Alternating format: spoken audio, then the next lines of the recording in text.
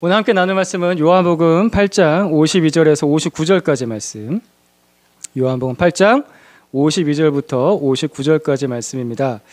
저와 여러분이 번갈아 가면서 읽겠습니다. 유대 사람들이 예수께 말하였다. 이제 우리는 당신이 귀신 들렸다는 것을 알았어. 아브라함도 죽고 예언자들도 죽었는데 당신이 나의 말을 지키면 영원히 죽음을 겪지 않을 것이다 하니 당신이 이미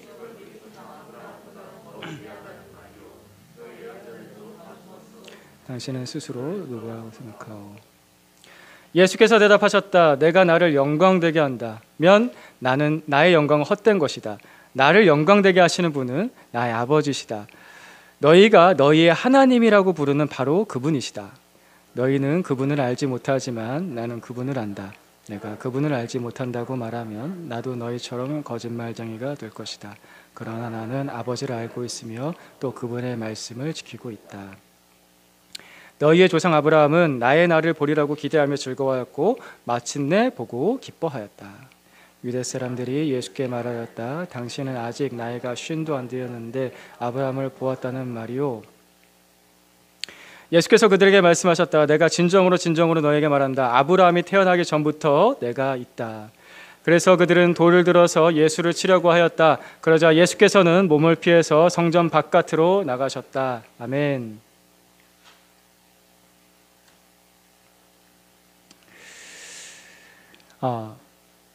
먼저 오늘 설교는 개혁주의 신학자입니다. 로버트 찰스 스프롤의 책 예수를 만나다라는 책의 제 8장 부분을 참고했습니다. 이 부분을 먼저 말씀드립니다. 우리는 지난 3달 동안에 예수님이 누구신지 예수님의 자기소개하시는 말씀을 계속해서 살펴봤습니다. 오늘이 그 마지막 주가 될 것 같습니다. 예수님은 생명의 양식이십니다. 예수님은 세상의 빛이십니다. 예수님은 양의 문이시고요. 예수님은 또한 선한 목자이십니다. 예수님은 부활이요 생명이고 예수님은 길이요 또한 진리요 생명이시고 예수님은 참 포도나무이십니다. 이 7가지 예수님의 자기소개는 다 이렇게 시작합니다. 나는 이라고 하면서 소개합니다. 그래서 영어 표현을 보게 되면은 I am 하고 얘기하는데 근데 이게 영어로만 봤을 때 그 I am과 그들의 언어로 했을 때의 그 표현은 좀 느낌이 다릅니다. 사실은 이들이 그리스 말도 아니고 아람어라는 언어를 썼는데요. 성경 그리스어로 적혀져 있습니다. 그 아람어는 히브리 말로 같은 어족에 있습니다. 거기서 에고에이미라는 단어가 나오는데 이 에고에이미는 사실 그리스 말입니다. 에고에이미, 나는 이란 뜻인데 이 에고에이미, 나는 누구누구이다 이 말이 사실은 하나님의 이름 여호와에서 왔습니다. 나는 곧 나다. 이게 아람어, 히브리어 같은 어족이거든요. 여호와, 나는 나다. 나는 곧 나다. 나는 스스로 있는 자다. 거기서 온 말을 성경을 기록할 때 그리스어로 에고에이미라고 번역해서 기록을 한 것입니다. 하나님께서는 나는 곧 나다. 즉 단지 나다라고 하실 수 있는 분이십니다. 그리고 하나님께서 언제나 내가 있다라고 하실 수 있는 태초부터 영원히 계신 분, 스스로 계신 분입니다. 우리는 앞서서 말씀한 에고에이미 그 7가지 말씀은 에고에이미로 시작했던 말씀들인데 오늘 읽었던 본문은 에고에이미로 마치는 말씀입니다. 그래서 58절 말씀을 한번 보겠습니다. 58절 같이 읽겠습니다. 같이 읽습니다. 시작. 예수께서 그들에게 말씀하셨다. 내가 진정으로 너에게 말한다. 아브라함이 태어나기 전부터 내가 있다. 내가 있다. 이게 I am, 에고에이미, 그리고 나는 나다, 여호와, 히브리어의 표현 그 말입니다. 내가 있다. 그래서 우리 59절 말씀 그 다음 구절을 같이 읽었는데 59절 말씀 보면은 유대인들이 돌을 들어서 예수를 치려고 하였다. 왜 갑자기 예수를 치려고 하였는가? 유대인들이 그때 당시에 들었을 때 그들의 언어로 하나님의 신성을 표현하는 나는 곧 나다라는 그 표현을 예수님께서 너무나 직접적으로 사용하셨기 때문에 내가 있다.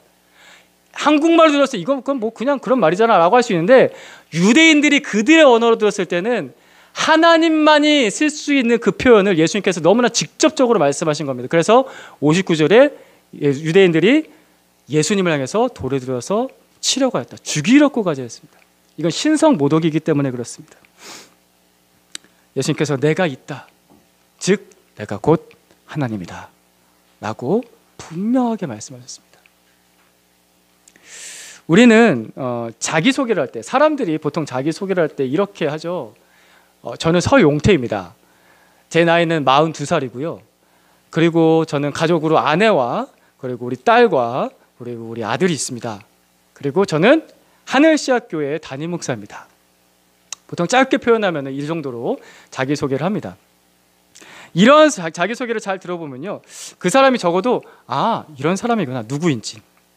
또 한 가지, 이 사람이 뭘 할 수 있는지를 알 수 있습니다. 누구인지, 뭘 할 수 있는지. 만약에 아이가 있는 분이, 아이를 기르시는 분이 저의 소개를 들으셨다고 한다면요, 그분은 아마도 저와 함께 육아를 하는 입장에서의 아빠의 역할에 대해서 저와 대화를 나누고 싶으실 수도 있습니다. 제 소개를 듣고 나서. 또는 만약에 저와 똑같은 81년생이란 분이 저의 자기소개를 들으셨다고 한다면은 나랑 동갑이야? 그러면서 저와 공감대를 할 수 있는 그 과거의 이야기, 과거의 문화 이야기, 자기 취미, 그런 것들을 저와 함께 나누면서 저랑 친구가 되고 싶을 수도 있습니다. 저랑 친구가 되고 싶은 분들이 많이 아닐 수도 있는데 어쨌든 되고 싶을 수도 있습니다. 예, 그죠? 예. 저랑 친구가 되고 싶을 수도 있겠죠? 예. 예. 그리고 만약에 종교에 관심을 가지신 분이 있다라고 한다면은 제가 목사입니다. 라고 했던 그 말에 굉장히 흥미를 가질 수도 있습니다. 목사야? 라고 하면서 목사님은 어떤 목사세요? 어떻게 목회하세요? 당신이 믿는 예수님 누구세요? 라고 물어보실 수도 있죠. 자기소개를 들으면 그 사람이 누구인지, 그리고 무엇을 할 수 있는지 알게 되고, 그래서 그 사람이 나한테 필요한 게 나에게 필요를 채워줄 수 있는 게 뭔지를 알기 시작합니다. 나한테 이런 게 필요한데 저 사람한테 이런 게 있네. 그죠? 그리고 그 사람이 진짜 내 앞에 있게 되면은 도움을 받을 수가 있죠. 나에게 필요를 줄 수 있는 사람을 알게 되고 그 사람과 함께하게 되면은 내 삶에 영향력을 받게 됩니다. 변화가 일어나기 시작합니다. 그래서 실제적으로 기업가나 정치인들은 사람 만나는 것을 큰 재산으로 여기죠. 누구인지, 뭘 할 수 있는지를 알면 너 이거 할 줄 알아? 너 이런 사람이야? 넌 이런 생각을 가지고 있어? 나랑 같이 한번 일해볼래? 큰 재산으로 여깁니다. 그래서 요즘에 좀 이슈가 되죠. 인사가 만사하지 않습니까? 그죠? 맨날 뉴스에 나오는 거. 예. 어쨌든 다 임명하고, 그렇죠? 그래서 내가 원하는 사람을 내가 데려다 쓰면은 일이 되기 시작합니다. 누구인지, 뭘 할 수 있는지 알면. 하나님께서 사람들에게 우리를 소개하십니다. 하나님께서 사람들에게 하나님을 소개하십니다. 하나님이 누구이신지를. 그 옛날에 하나님께서 이스라엘 백성들에게 하나님이 누구이신지를 소개하셨습니다. 11주 전에 봤던 말씀입니다. 출애굽기 3장 14절 말씀. 같이 읽겠습니다. 시작. 하나님이 모세에게 대답하셨다. 나는 곧 나다. 너는 이스라엘 자손에게 이르기를 나라고 하는 분이 너를 그들에게 보냈다고 하여라. 아멘. 모세에게 알려주신 하나님, 그분 자신은 나는 곧 나. 그리고 단지 아주 심플하게 나라고 하실 수 있는 분입니다. 이 말씀이 구약 성경에 나타난 하나님의 이름 여호와가 되었습니다. 히브리 발음으로 여호와가 되었습니다. 하나님께서 이러한 자기소개를 하실 때가 언제였을까요? 하나님께서 언제 이 자신의 소개를 아주 분명하게 나타내시며 자신의 이름을 알려주시고 언제 이걸 하셨을까요? 힌트는 우리는 지금 출애굽기를 보고 있습니다. 언제입니까? 이스라엘의 어느 상황이었습니까? 이집트의 노예였을 때입니다. 하나님께서 자신을 분명하게 소개하시고 자신의 이름을 나타내실 때가 언제였냐면은 이스라엘이, 오늘따라 말을 되게 많이 실수하네요. 이스라엘이 이집트의 노예였을 때였습니다. 엄청난 압제를 받고 있을 때 하나님께서 그 이스라엘에게 자신을 나타내실 때 나는 곧 나다, 나다 라고 말씀하십니다. 이스라엘을 구원하기 시작하셨을 때입니다. 내가 여기 있다, 나다, 내가 여기 있다. 하나님께서 이스라엘 백성을 노예에서 하나님의 백성으로 거듭나게 하고자 하실 때 하나님께서 내가 여기 있어, 나야, 내가 여기 있어 라고 하나님께서 자신을 소개하십니다. 또한 하나님께서는 이스라엘뿐만 아니라 그 대제국 이집트에서 10가지의 재앙을 보이시면서 하나님께서 여기 계시다라는 것을 분명하게 보여주셨습니다. 이집트의 많은 사람들은 그들의 신을 실제로 경험할 수가 없어서 뭘 만들었냐면은 우상을 만들었죠. 큰 돌로, 큰 나무로 우상을 만들어서 우리의 신이 여기 있다 라고 했는데 하나님께서는 그것이 아니라 정말 오늘 이 자리에서 활동하시는 하나님을 그 대제국 앞에서 내가 여기 있다 라고 보여주셨습니다. 뿐만 아니라 하나님께서는 광야에서 이스라엘 백성들을 인도해 나가실 때 그 40년 동안 너무나 선명하게 불기둥과 구름기둥으로 내가 여기 있어 라고 날마다 확인시켜 주시고 보여주셨습니다. 나는 곧 나다, 나다, 내가 여기 있다. 그 하나님께서 누구이신지를 알고 그 하나님께서 이스라엘 백성 가운데 계실 때 이스라엘은 노예에서 벗어나 하나님의 거룩한 백성으로 거듭났습니다. 예수님께서 우리에게 자기 자신을 소개하십니다. 왜 우리에게 자기 자신을 소개하시는가? 왜 여러 차례 여러 가지 방법으로 여러 가지 말씀으로 우리에게 예수님께서 내가 누구이신지를 소개하시는가? 나는 생명의 양식이야. 나는 세상의 빛이야. 나는 양의 문이야. 나는 선한 목자야. 나는 부활이요 생명이야. 나는 유일한 길, 유일한 진리, 유일한 생명이야. 나는 그리고 참 포도나무다. 예수님께서 이 여러 가지 소개들을 왜 하셨는가? 우리가 예수님을 알고 그 예수님이 내 안에 그리고 우리 가운데 계실 때 우리는 하나님의 자녀로 거듭나게 되기 때문입니다. 그래서 하나님께서, 예수님께서 자기 자신을 우리에게 나타내십니다. 그런데 그 하나님 그렇게 자신을 나타내시는데 나를 또 알아야 됩니다. 내가 거듭나기 전에, 내가 하나님의 자녀가 되기 전에 나는 어떤 존재인가? 구원 이전에 나를 바르게 할 때 예수님이란 그분이 나한테 왜 필요한지를 알게 되고 그래서 그 예수님께 의지해서 구원을 받습니다. 그 예수님을 붙잡을 줄 압니다. 그냥 너무 쉽게 복음, 쉬운 복음, 예수님 너를 사랑하셔 라고만 하게 되면은 내 안에 필요가 없잖아요. 근데 그 예수님을 붙잡지 않습니다. 아까 또 말씀드렸잖아요. 저 사람이 자기를 소개를 했어요. 근데 그 사람이 나한테 뭐가 필요를 채워주는 게 있으면은 그 사람한테 관심을 가지게 되잖아요. 똑같죠. 내가 누구인지 알고 나한테 어떤 부족한 게 있고 나의 필요가 뭔지 알 때 나에게 자신을 소개하신 예수님을 붙잡고 의지하게 됩니다. 구원 이전에 나는 누구인가? 우리가 오늘 요한복음 8장을 보는데요. 그래서 제가 어제 대화창에다가 요한복음 8장 전체를 읽고 오십시오. 그래야지 조금 이해하시기가 좋습니다. 이렇게 제가 말씀을 드렸는데 요한복음 8장 안 읽은 부분이지만 여러분이 어제 읽으셨다고 저는 굳게 믿고 아멘. 여러분 읽으셨죠? 아멘. 네, 저는 여러분 읽었다고 굳게 믿고서 요한복음 8장 34절 말씀을 보겠습니다. 34절입니다.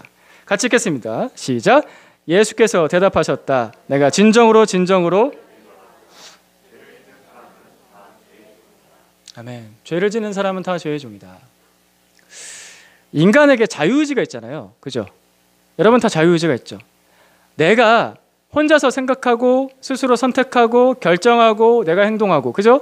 여러분은 자유롭죠. 그죠? 우리는 왜냐면은 자유, 민주주의, 대한민국에서 살고 있기 때문입니다. 그죠? 이렇게 하면 제가 정치에 어떤 성향을 가지고 있는 건 아니에요. 우리는 자유로운 국가에 살고 있잖아요. 그리고 자유의지를 가지고 있어요. 제가 생각하고 제가 선택하고, 예, 그럴 수 있습니다. 그런데 여기 한 가지 질문을 드려보겠습니다.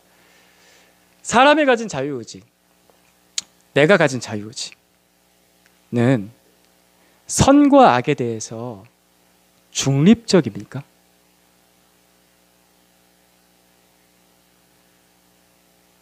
내가 가진 자유의지는 선으로 치우쳐져 있습니까? 아니면은 악으로 치우쳐져 있습니까?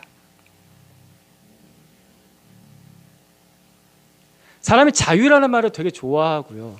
내가 의지적으로 결정한다는 말에 대해서 되게 좋아합니다. 특별히 우리는 너무나 자유로운 나라에서 민주주의 국가에 살고 있기 때문에 이 자유와 내 의지대로 산다라는 건 굉장히 중요한데, 근데 그것이 좋다라는 생각만 가지고 있을 때 이게 정말 가치 중립적인 거에 대해서는 생각하지 않을 때가 많습니다. 그냥 좋다, 이건 좋은 거지, 당연히 있어야 되는 거야 라고만 생각하지, 선과 악에 대해서 이것이 과연 가치 중립적인가, 아니면 선에 치우쳐져 있을까, 악에 치우쳐져 있을까. 우리가 생각하는데 그 좋은 자유가 선 쪽으로 자유롭게 행동을 하나, 악으로 자유롭게 행동을 하나, 어느 쪽에 더 치우쳐져 있을까요? 역시 또 쉬운 예를 들죠. 왜 우리는 게으를까요? 저 여태까지 정말 부지런한 사람을 거의 만나본 적이 없습니다. 뭘 해야 되기 때문에 움직이는 사람은 본 적 있지만, 자발적으로 이것이 맞기 때문에, 옳기 때문에 자신의 시간을 내고 내 에너지를 쓰고 내 물질을 써서 자신이 열심히 고민을 해서 생각하는 사람은 거의 리더급밖에 저는 보지 못했습니다. 리더가 되는 사람들은 거의 그런 성향이 있어요. 근데 제가 만나봤던 거의 대부분의 사람들 다 리더는 아니잖아요. 되게 평범하거든요. 저를 비롯해서. 부지런한 사람을 거의 본 적이 없습니다. 사람은 왜 게으를까요? 게을러도 될까요? 그리고 여러분, 생각이 통제가 되십니까? 왜 나의 생각은 순간순간 악한 생각들이 튀어오를까요? 여러분, 선한 생각들이 튀어오를 때가 더 많으세요? 악한 생각들이 튀어올 때가 더 많아서 나도 모르게 하면서 내 안에서 밖으로 내뱉지 않았지만 육두문자가 내 마음에서 튀어올 때가 많으세요? 더 쉬운 예로, 여러분 운전할 때 욕할 때가 많으세요? 저 사람 참 운전 잘하네라고 칭찬할 때가 더 많으세요? 왜 나는 옳은 줄 아는데 나를 더 생각하고 남을 더 생각하지 않을까요? 나는 왜 이렇게 이기적이죠? 저만 그런가요 혹시? 사람은 과연 자유롭게 선을 더 선택할까요? 아니면 자유롭게 악을 더 선택할까요? 우리의 자유는 정말 가치 중립적일까요? 사람이 자유롭게 느끼는 순간에 대해서 좀 생각을 해봤습니다. 사람이 언제 자유롭게 느낄까? 자유, 와 자유다! 라고 느낄 때가 언제일까? 라고 느끼는 순간 아마도 이때가 아닐까. 선하다는 것에 대해서 억압당하지 않고, 선하다는 것에서 종속당하지 않고 내 마음껏 악을 저지를 수 있을 때, 그 누구도 나한테 잘못했다는 말 한마디도 하지 않을 때, 그때 자유롭다고 느끼죠. 맞으신가요 혹시 여러분? 이거를 신앙에 적용시켜 보겠습니다. 사람이 언제 자유롭다고 느낄까? 하나님으로부터 벗어나 자유롭고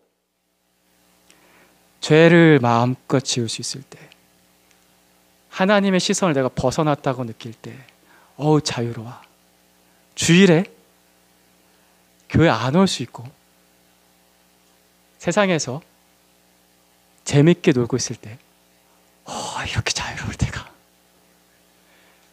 그때 자유를 느끼지 않으십니까? 왜 그럴 때 더 자유롭다고 느낄까요? 선을 행할 때가 아니라 왜 악을 행할 때 더 자유롭다고 느낄까요? 제가 일방적인 주장을 하고 있습니까? 여러분 나름대로 고민을 한번 해보십시오. 근데 성경은 이렇게 말합니다. 죄는 너무나 지혜롭습니다. 악은 너무나 지혜롭습니다. 사탄은 너무나 지혜롭습니다. 사탄이라는 존재를만 얘기하면은 또 목사님 또 이렇게 무서운 얘기하고 그랬어요. 근데 큰 전제, 그보다 더 높은 개념의 죄, 악에 대해서 생각해 보겠습니다. 죄 자체는, 죄가 그것도 가치 중립적이라 생각하십니까? 죄가 그냥 여기 죄가 있다 이렇게 생각하십니까? 아닙니다. 죄는 변화무쌍하게 움직입니다. 죄는 굉장히 인격적입니다. 죄는 굉장히 파워풀합니다. 그리고 죄는 굉장히 지혜로워서 우리를 노예로 삼으면서 우리가 노예가 아니라고 느낄 수 있게 만듭니다. 잘 생각해 보십시오. 죄는 우리를 노예로 삼으면서 내가 노예가 아니라고, 나는 자유롭다고 느낄 수 있게 하는 존재가 죄입니다. 너무나 지혜롭고 강력해서.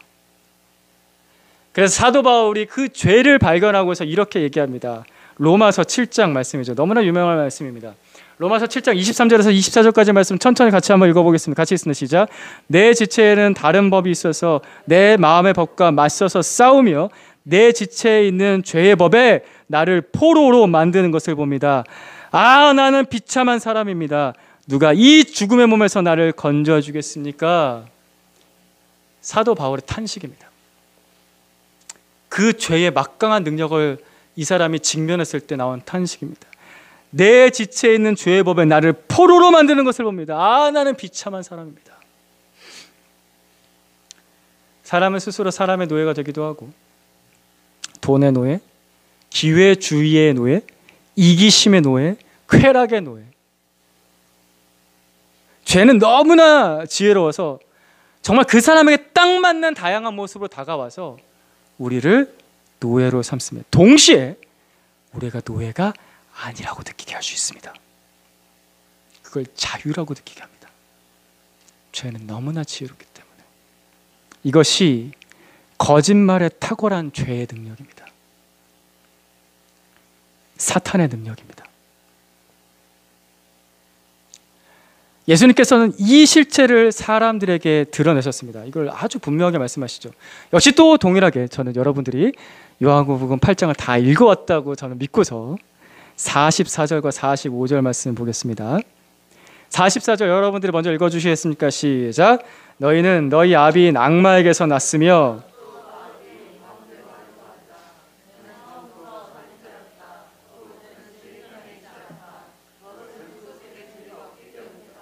그가 거짓말을 할 때에는 본성에서 그렇게 하는 것이다. 그는 거짓말쟁이이며 거짓의 아비이기 때문이다. 그런데 내가 진리를 말하기 때문에 너희는 나를 믿지 않는다. 아멘. 사람이 가진 착각은요, 내가 나름 착하다고 생각하는 겁니다. 그리고 또 한 가지는 근거도 없이 내가 하나님의 자녀 또는 사람 자체가 굉장히 존귀하다라고 믿는 것입니다. 그죠? 인간이 굉장히 존귀하다고 믿습니다. 그죠? 인권을 존중하고, 그죠? 유대인들도 자신들을 굉장히 존귀하게 여겼습니다. 유대인들이. 특별히 그 대표적인 이유를 꼽는 것이 뭐냐면은 우리는 아브라함의 후손이다라는 겁니다. 우리의 혈통은 아브라함으로부터 왔어. 우리가 마치 우리 한국 사람들이 우리는 당군의 자손이야.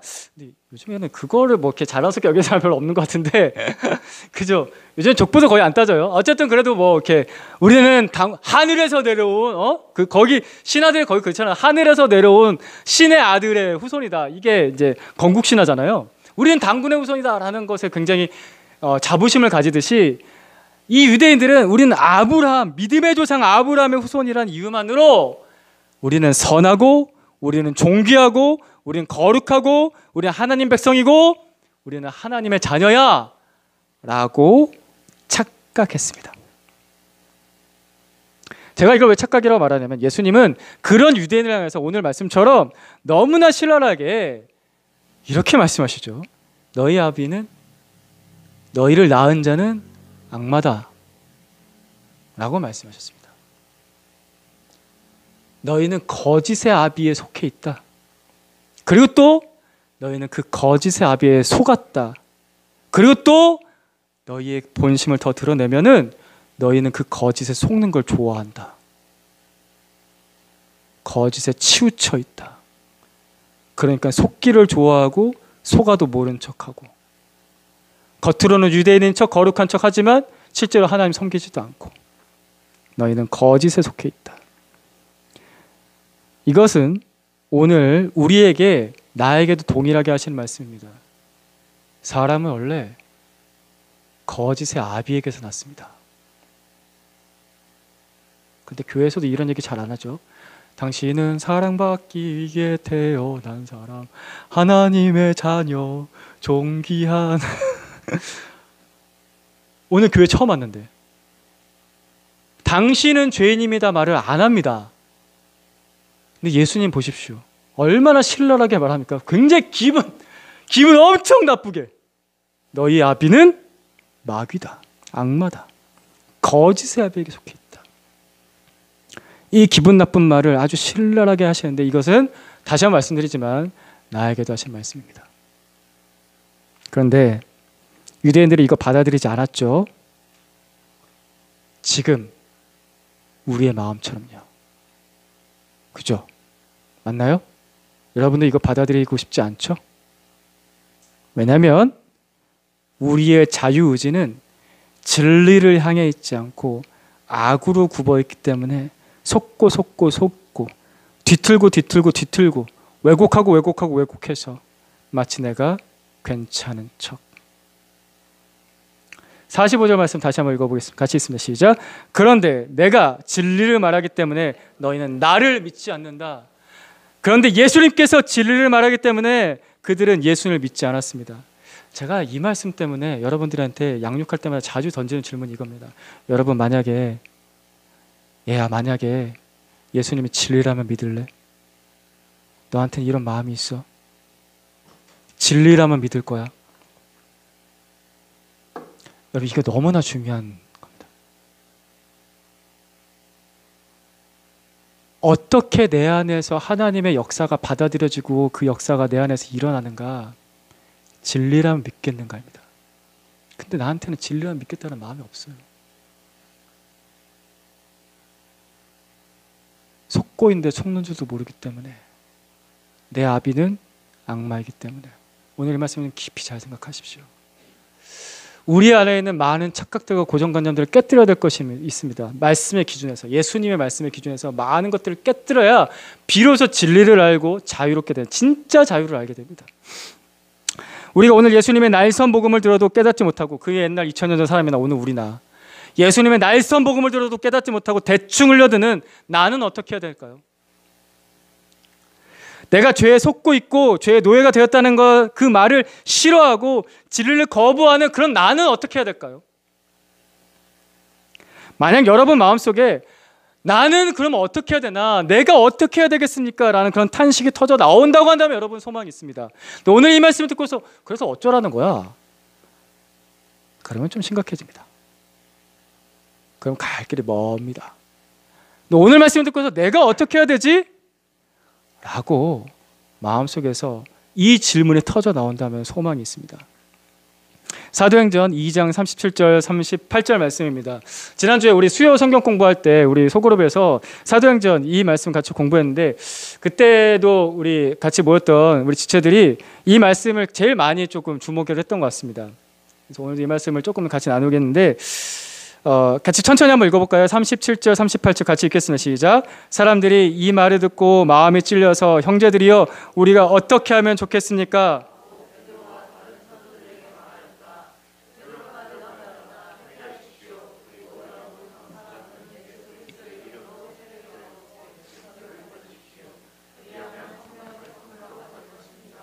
아멘. 베드로가 전한 이 복음을 듣고서 유대인들이 마음이 찔려있습니다. 그리고 나서 했던 말이, 터져나왔던 말이 뭐냐면은 우리가 그러면 어떻게 하면 좋겠습니까? 라고 물었습니다. 우리가 그러면 어떻게 하면 좋겠습니까? 그에 대한 베드로의 대답은 아주 심플하게 시작하죠. 회개하라입니다. 가장 첫 번째 문장이 회개하라입니다. 태초부터 지금까지 하나님께서 우리에게 주시는 가장 중요한 메시지는 회개하라입니다. 구약의 수많은 선지자들과 그리고 신약의 사도들도 제일 첫 번째로 던지는 메시지는, 우리에게 주시는 메시지는 회개하라입니다. 라고 회개하십시오. 듣고 들었던 또 그 말씀 맞습니다. 회개하십시오. 여러분 간절하게 여러분에게 부탁합니다. 회개하십시오. 하나님의 말씀을 가지고서 또한 여러분에게 명령합니다. 회개하십시오. 여러분을 사랑하는 목사로서 말씀드립니다. 정말 회개하십시오. 여러분 회개하십시오. 정신 차리고 회개하십시오. 왜 이 복음을 들어도 내가 어떻게 해야 되는지 이 말이 안 떠오릅니까? 회개해야 됩니다. 내가 죄에 속고 있어서 그렇습니다. 내가 죄를 사랑합니다. 나의 자유, 나의 의지는 죄에 꺾여 있습니다. 내가 죄의 노예인데도 노예인지 모르고 있습니다. 아니 사실 그걸 즐기고 있죠. 죄 사랑하시죠? 여러분 죄 사랑하지 않으세요? 솔직하게 말해봅시다. 하나님 더 사랑하세요? 죄 더 사랑하세요? 뭐라고 여러분이 가장 분명하게 대답할 수 있을까요? 하나님 더 사랑하십니까? 죄를 더 사랑하십니까? 회개는 돌아서는 것입니다. 이거는 너무나 분명합니다. 내가 가던 길에서, 내가 앞장서서 가던 길에서 돌아서는 것입니다. 주님 뒤로. 주님이 내 앞에 계시고 내가 그분 뒤를 따라가는 것입니다. 내가 앞장서지 않는 것입니다. 내 마음대로 사는 거 아닙니다. 내가 주인 돼서 사는 거 아닙니다. 내가 옳다고 주장하는 거 아닙니다. 베드로가 예수님께서 나 이제 곧 십자가 지고 대속의 사건을 완성할 거야 라고 했을 때 베드로가 자기 옳다고 주장하면서 예수님 이러면 안 되죠. 베드로가 그랬어요. 베드로가. 다른 사람도 아니고 베드로가. 예수님 십자가 지시면 안 되죠. 아니요, 예수님 왕이 되셔야죠. 우리 예수님 좌우편에 앉히셔야죠. 우리 그거 바라보고 예수님 쫓아왔는데 지금 뭐 하는 거예요? 예수님 그러면 안 되죠 라고 예수님 붙잡고 예수님한테 책망을 했어요. 베드로가. 예수님 그러면 안 된다고. 그럴 때 예수님께서 베드로에게 하셨던 말씀은 무엇이었습니까? 마태복음 16장 23절 말씀 같이 읽겠습니다. 같이 읽습니다. 시작. 그러나 예수께서는 돌아서서 베드로에게 말씀하셨다. 사탄아, 내 뒤로 물러가라. 너는 나에게 걸림돌이다. 너는 하나님의 일을 생각하지 않고 사람의 일만 생각하는구나. 내가 옳은 줄 알고 내 생각과 내 일이, 내 계획이 더 맞는 줄 알고 앞서가는 나에게 주님께서 똑같이 말씀하십니다. 사탄아, 내 뒤로 물러가라. 주님보다 앞서가면 주님 내 앞에 절대 계실 수 없습니다. 그죠? 내가 주님보다 앞서가는데 주님이 어떻게 내 앞에 계십니까? 주님 뒤를 따를 때 주님이 내 앞에 계십니다. 유대인의 이 신앙, 유대인들 그들의 나름의 신앙과 그 삶은 하나님에 대해서는 정말 많이 알았어요. 그런데 하나님보다 유대인들은 늘 앞에 있었습니다. 우리는 나는 아브라함의 자손이야. 난 거룩한 백성이야. 난 선민이야. 그러니까 하나님이 나를 절대 버릴 수 없어. 나는 교회 다녀. 내가 교회 다니는 횟수가 몇 년인데 난 모태신앙이야. 우리 아버지가 목사야. 어? 우리 엄마 아빠가 장로님이고 권사님이야. 내가 헌금한 게 얼만데 내가 그리고 교회 꽤 다니면서 훈련도 받고 배우기도 했거든. 성경도 배우긴 했는데 저 목사 말이 다 맞는 건 아니야. 성경을 이렇게도 해석할 수도 있어. 내가 하나님은 절대 나를 버릴 수 없다라고 믿었던 그 유대인들, 여러분 지난주 주일 설교죠. 그 말씀을 기억하십시오. 하나님께서는 그 이스라엘 잘라내셨습니다. 잘라내셨습니다. 역사가 그것을 분명하게 말씀하죠. 잘라내셨습니다. 예수님께서는 사랑하는 베드로를 향해서도 사탄아, 내 뒤로 물러가라 하셨습니다. 강력한 책망이죠. 강력한 경고고, 그리고 그것은 복음이었습니다. 예수님 뒤로 물러가야죠. 예수님 앞에 있으면 안 되는 거고 예수님 뒤로 물러가는 겁니다. 돌아서서 예수님 뒤를 따르는 게 성경에서 말씀하는 회개입니다. 오늘 눈물 한번 펑펑 흘렸다고 회개 아니라고 지난주에도 말씀드렸죠. 수련 한번 갔다 왔다고 회개하는 거 아니라고 분명히 말씀드렸습니다. 용서해 주세요. 예. 자백하는 기도일 수 있습니다. 근데 진짜 회개는 내 삶이 돌아서는 겁니다. 예수님을 향해서. 오늘 보면 58절 말씀 다시 한번 더 보겠습니다. 다시 보겠습니다. 58절 같이 봅니다. 시작. 예수께서 그들에게 말씀하셨다. 내가 진정으로 너에게 말한다. 아브라함이 태어나기 전부터 내가 있다. 아멘. 예수님께서 그 유대인의 자랑인 아브라함을 두고서 아주 아브라함까지 거론하면서 말씀하시죠. 아브라함보다 예수님께서 먼저 계십니다. 이 말씀 오늘 우리에게 적용해 보겠습니다. 내가 가진 신앙의 경험보다 예수님께서 먼저 앞에 계십니다. 내가 옳다고 주장한 것보다 예수님께서 내 앞에 먼저 계십니다. 내가 말하는 죄의 핑계, 죄의 논리보다 예수님이 먼저 계십니다. 저는 교회에서 이렇게 사람들 섬기고 또 예수님 믿으면서 살아오면서 참 무서운 것 중 하나가 뭐냐면요. 하나님 앞에서 죄의 핑계를 대는 것을 전혀 두려워하지 않습니다. 누가? 교회 다니는 사람들이. 하나님 앞에 죄의 논리를 펼치고 죄의 핑계를 대는 걸 전혀 무서워하지 않습니다. 그 옛날 유대인하고 우리하고 다른 게 뭘까요? 예수 이름 부르면은 달라지는 겁니까? 내가 말하는 죄의 핑계나 죄의 논리보다 예수님께서 먼저 계십니다. 나의 자유, 내 의지, 세상에서 옳다라고 말하는 그 가치 있는 것보다 예수님께서 먼저 계십니다. 여러분 이거에 동의하십니까? 그러면 예수님의 뒤를 따르는 사람이 됩니다. 이게 옳고 그래서 그분 앞에 굴복하기 시작하면 그분 앞에 순종합니다. 이게 회개입니다. 그때 진짜 자유가 있습니다. 오늘 같이 읽었던 요한복음 8장, 어제 같이 읽었던 또 요한복음 8장 31절 32절 말씀, 이 말씀도 천천히 같이 한번 읽어보겠습니다. 같이 있습니다. 시작. 예수께서 자기를 믿은 유대 사람들에게 말씀하셨다. 너희가 나의 말에 머물러 있으면 참으로 나의 제자들이다. 그리고 너희는 진리를 알게 될 것이며 진리가 너희를 자유롭게 할 것이다. 아멘. 이 32절 말씀이 세상에서 제일 많이 좀 인용되는 말씀 중에 하나죠. 진리가 너희를 자유롭게 할 것이다 해가지고 많이 알아야 된다. 뭐 이런 걸로 많이 얘기했는데 지금 그 얘기 아니에요. 전혀 그런 얘기 아닙니다. 31절 말씀에서 예수님께서 예수님을 믿는다고 하는 유대인들에게 왜 예수님이 갑자기 참 제자라는 말을 하셨을까요?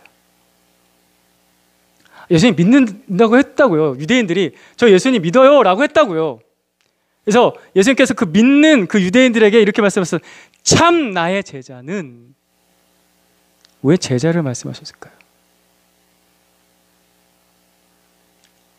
아브라함 따르지 말고 예수님 따르란 말입니다. 내가 옳다는 거 따르지 말고 예수님 따르란 말입니다. 나의 주장 따르지 말고 예수님 따르란 말입니다.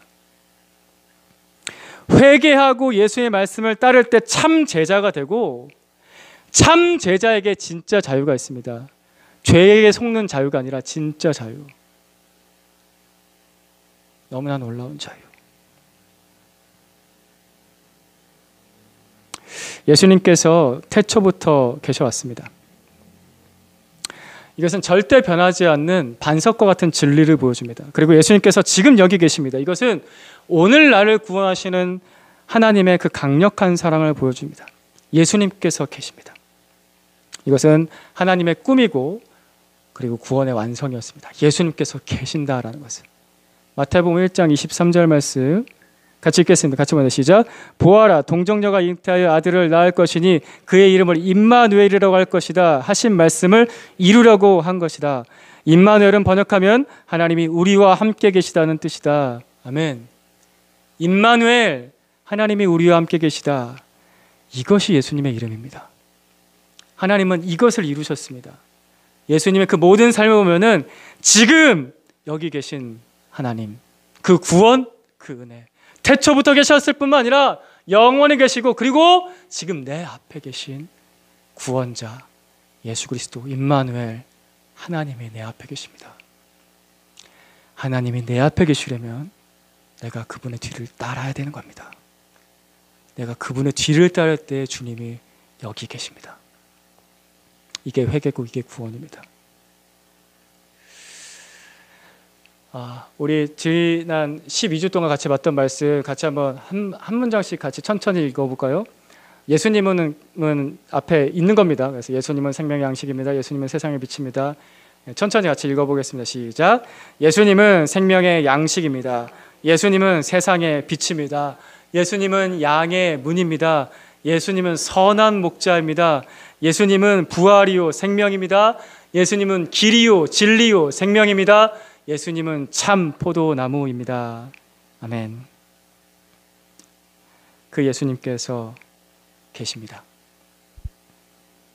그분은 지금 나를 위해 계십니다. 그 옛날 이집트에 놓였던 이스라엘 백성을 구원하시기 위해서 거기 계셨던 예수님께서, 그 하나님께서, 그 창조주께서 오늘 나를 죄의 노예에서 구원하시려고 예수님께서 지금 여기 계십니다. 회개하고 따르십시오. 오늘 말씀 잘 기억하시면서 말씀에 비추어서 자신의 삶을 잘 돌아보면서 예수님, 제가 어떻게 해야 되겠습니까? 라고 먼저 질문을 던져보시고 내 앞에 예수님보다 먼저 있는 게 무엇입니까? 라고 물어보시고 내가 알지 못하니까, 내가 속고 있으니까, 내가 잘 몰지 못하니까 주님 가르쳐 주셔서 진짜 회개하고 예수님을 따를 수 있게 해주십시오라고 같이 한번 기도하십시다. 기도하겠습니다.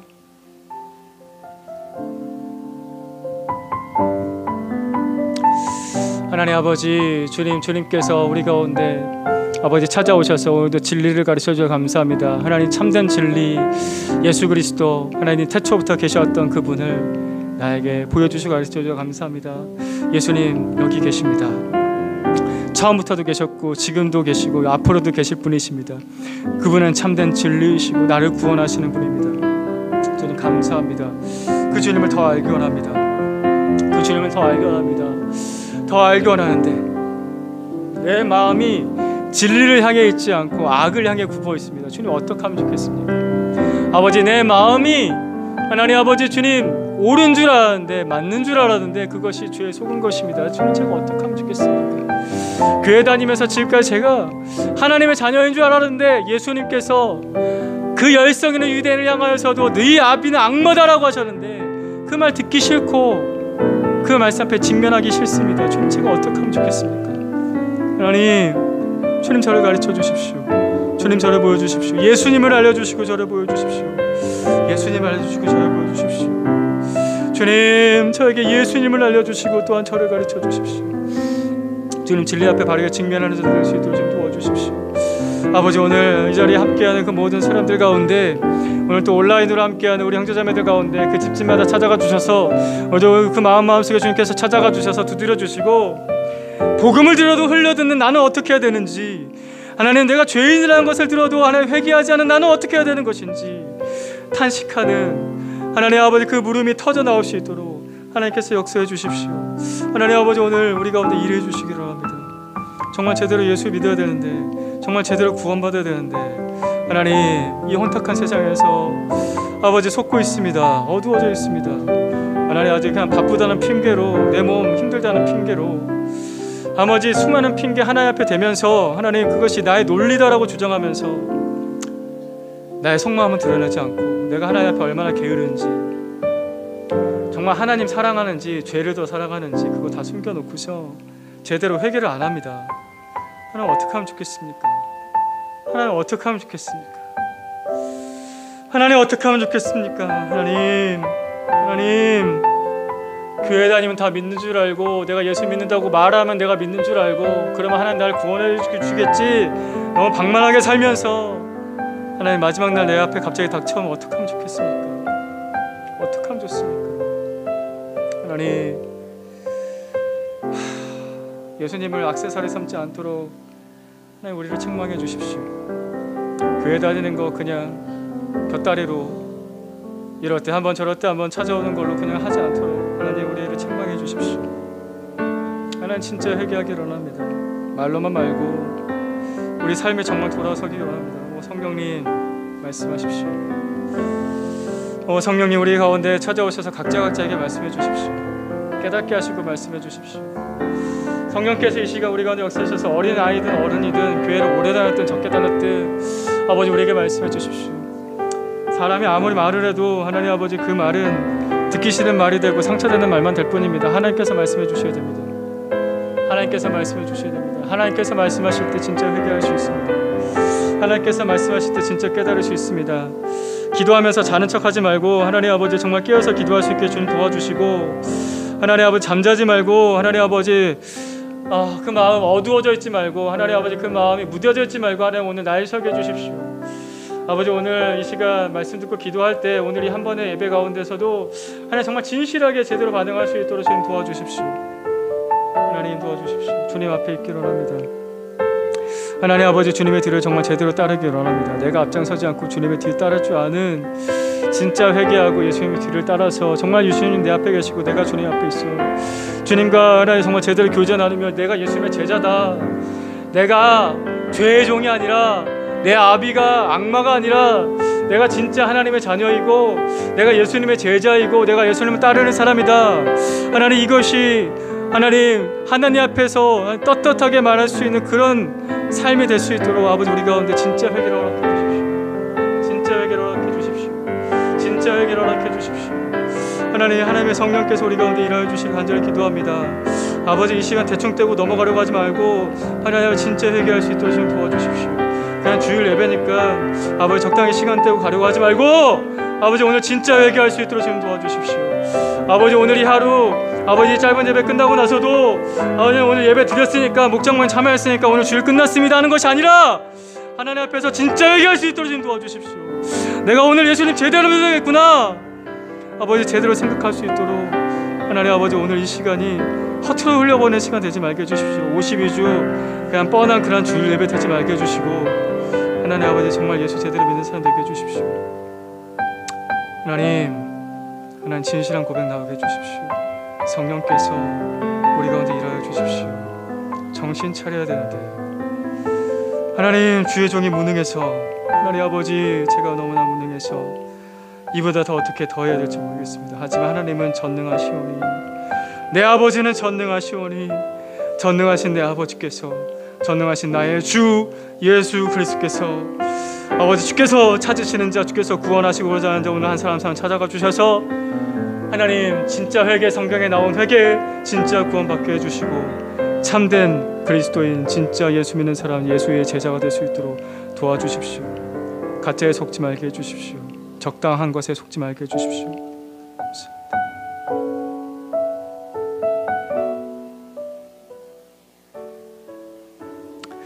하나님 주의 말씀 잘 심겨지기를 원합니다. 제가 오늘도 설교하고 지금까지 설교해 왔고 또 다음 주도 뭐 큰일 없으면 설교하겠지만 하나님 서영태가 하는 말 말고 하나님이 하시는 말씀 듣기 원합니다. 여기 서 있는 이 부족한 사람도 이 설교 전하면서 하나님의 말씀 듣습니다. 하나님 우리 사랑하는 형제자매들 아버지 말씀 듣게 해주십시오.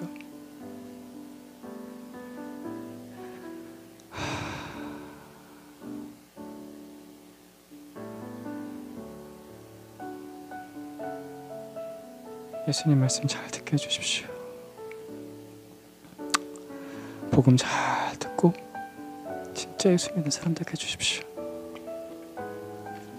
다른 사람 저렇게 믿으니까 나도 그러면 되지 뭐. 다른 교회는 저렇게 해도 되는데 뭐 우리도 이렇게 하면 되지 뭐. 사람 앞에서 이 말은 쉽게 할 수 있지만 우리 삶이 끝나는 날 주님 앞에 섰을 때도 이 말을 할 수는 없습니다. 주님 어떻게 하면 좋겠습니까?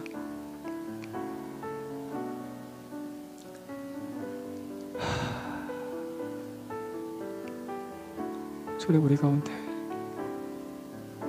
성경에 나온 복음, 성경에 나온 회개, 성경에 나온 구원을 허락해 주십시오. 이 땅에 그 어떤 것도 기준이 되지 않고 예수님 말씀만 기준 되게 해주십시오. 우리 주 예수 그리스도의 이름으로 기도드립니다.